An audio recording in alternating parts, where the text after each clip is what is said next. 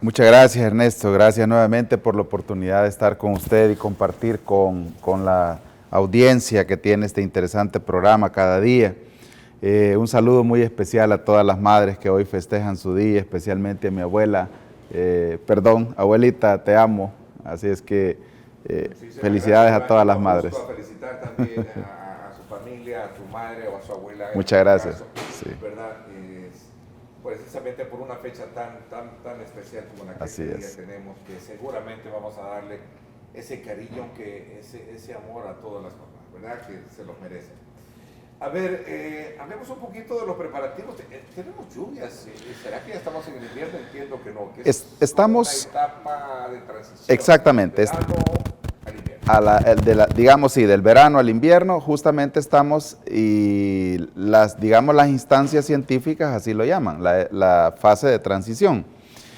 Es una fase caracterizada por tener tormentas dispersas, no todos los días, probablemente hemos tenido básicamente una tormenta o dos tormentas por semanas, han dejado una interesante precipitación, nada despreciable si ya empezamos a valorar el tema de la siembra, ¿verdad? Que es lo que, digamos, predomina en esta época. Estamos en la época de transición, la época invernal como tal, de acuerdo a la información científica que se nos ha sido provista, iniciará entre el 15 y el 20 de mayo, y es cuando ya tendremos tormentas más, más frecuentes, precipitaciones más abundantes. Hay que recordar que todavía seguimos influenciados por el fenómeno de la Niña, y eso pues de alguna manera significa tener más lluvia, ¿verdad?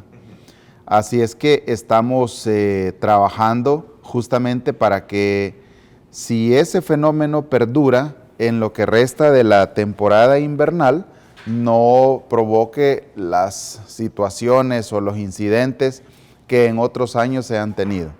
Ese es parte del trabajo que hemos iniciado. Quiero comentarle que el plan invernal ha sido un plan que trabajamos desde en enero, sobre todo considerando este fenómeno que había venido ya teniendo presencia en toda la región centroamericana, ¿verdad? Y básicamente en todo el trópico.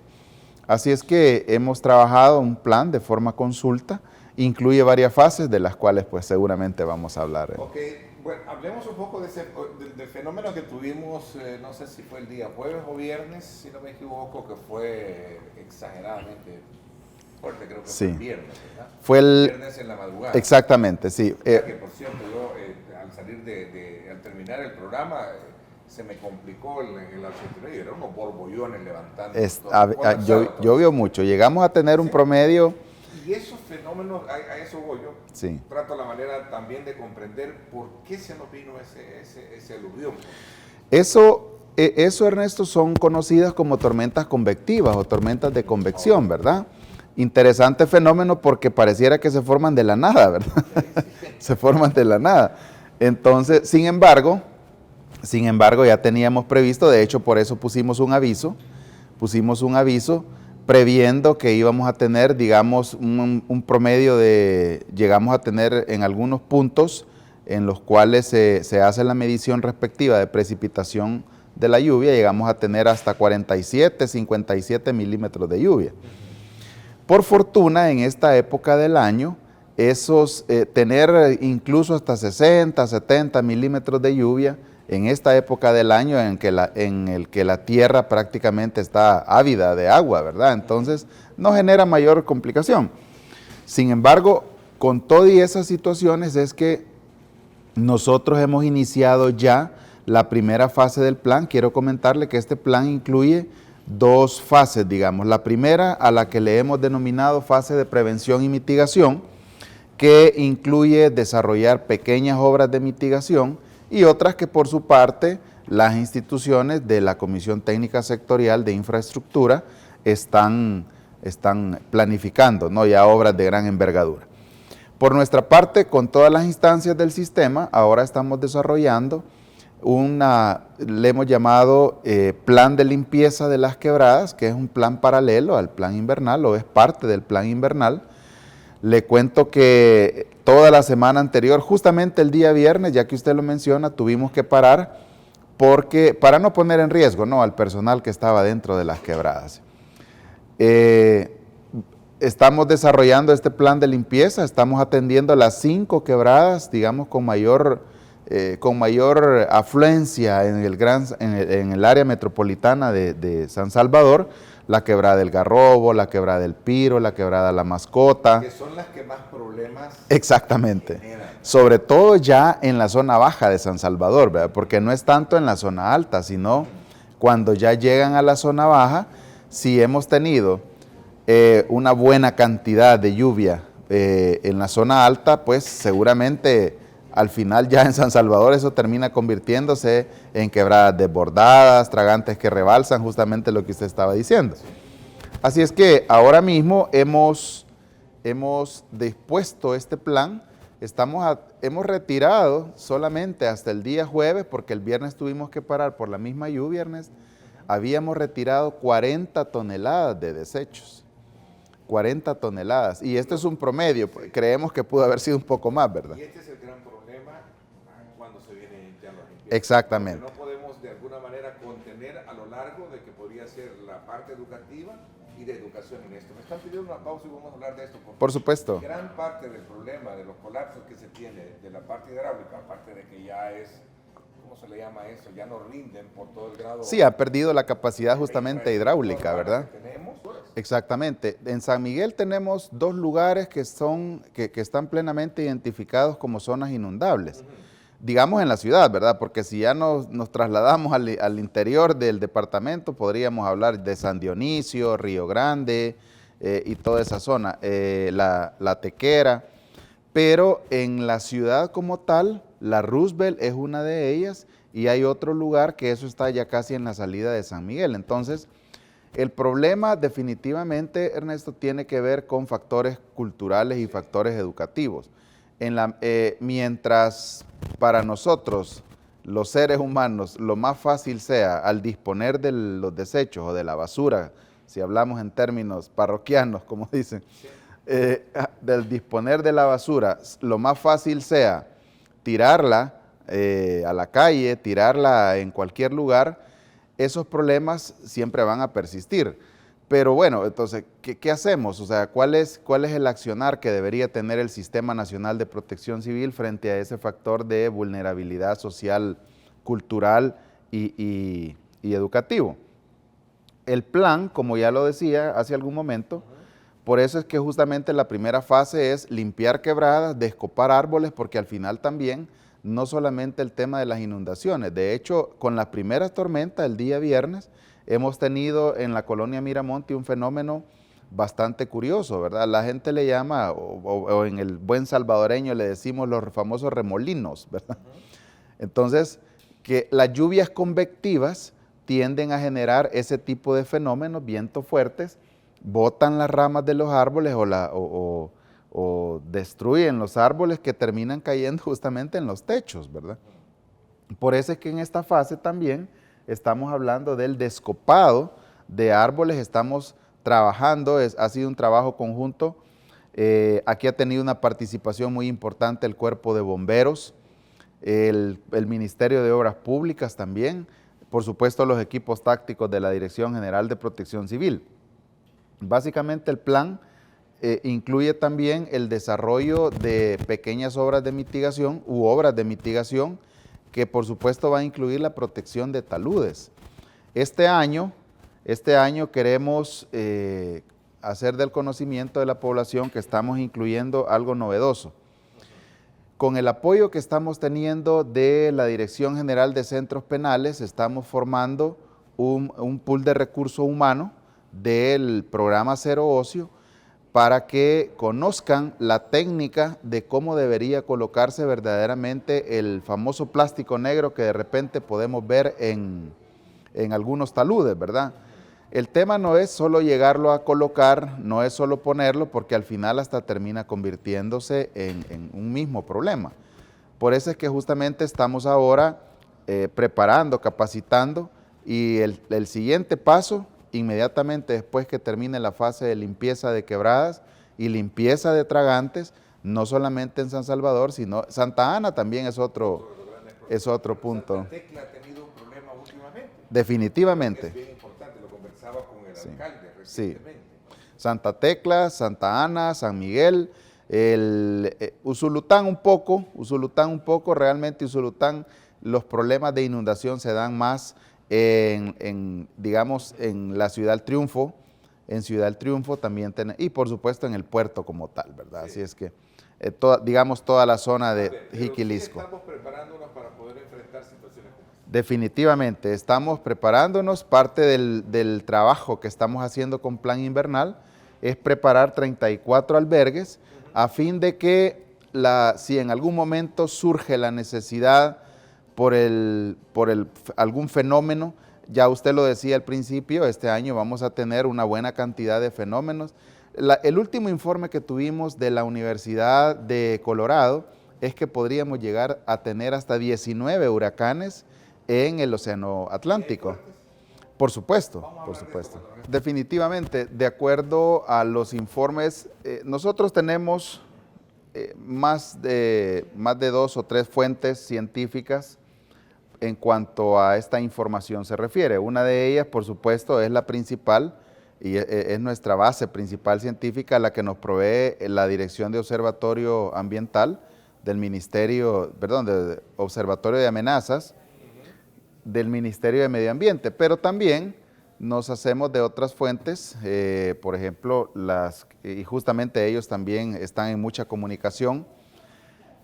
El último informe que, por ejemplo, teníamos nos dice que podríamos llegar a tener hasta un promedio de 19 fenómenos, algunos de ellos en la cuenca atlántica, y un promedio de 12 fenómenos en la cuenca pacífica. Algunos de ellos podrían ser tormentas tropicales y algunos podrían llegar a ser huracanes. Hay que recordar que aunque los dos fenómenos tienen viento y lluvia, pues la velocidad de los vientos es la que hace la diferencia entre uno y otro, y de ahí también los daños que puedan generarse. Algo bien importante, y hay que decirlo, es que en la mayoría de los casos, cuando nos ha impactado, por ejemplo, Mitch, tormenta Stan, la vaguada de la tormenta Ida, luego tuvimos la 12E, la mayoría de estos fenómenos o de estos eventos que nos impactaron estuvieron asociados a fenómenos de la cuenca atlántica.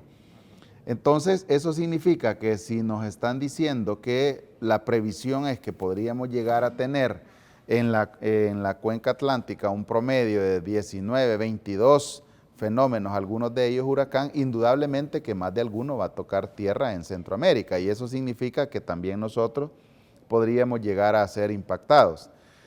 A partir de esa previsión es que nosotros hemos considerado un plan muy integral que incluye no solamente esta fase que ahora estamos desarrollando, sino también la fase de respuesta. Es decir, estamos previendo que se tengan los recursos necesarios para la asistencia humanitaria, la habilitación de albergues que no solamente sea de forma temprana, sino que sean albergues que de verdad reúnan las condiciones dignas, cumpliendo incluso estándares internacionales para albergar a las personas.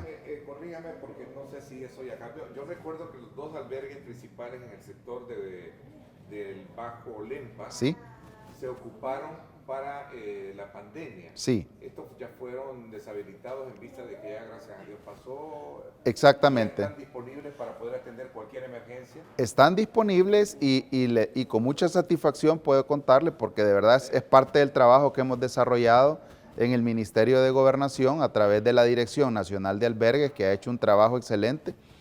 Ahora esos 2 albergues que antes eran los únicos que estaban en esa zona, son parte de todos los 34 que hemos preparado en todo el nivel nacional.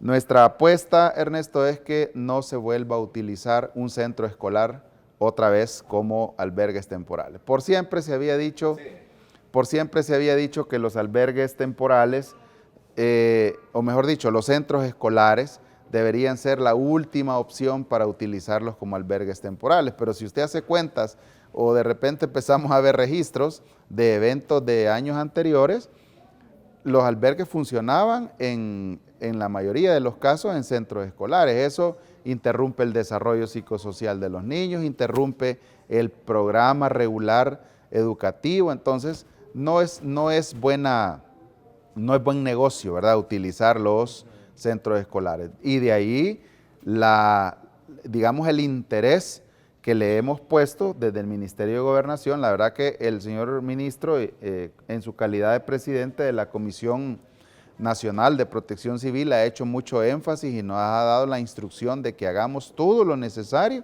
para que estos albergues estén debidamente preparados y, por supuesto, que no vuelvan a funcionar en centros escolares. Y otra cosa bien importante que no tiene que ver precisamente con protección civil, sino más bien vamos a aprovecharlo, es que también nosotros, los dueños, propietarios de nuestras casas, las preparemos para el invierno. Por supuesto. Porque los canales a lo largo del verano se llenan de basura o de cualquier cosa.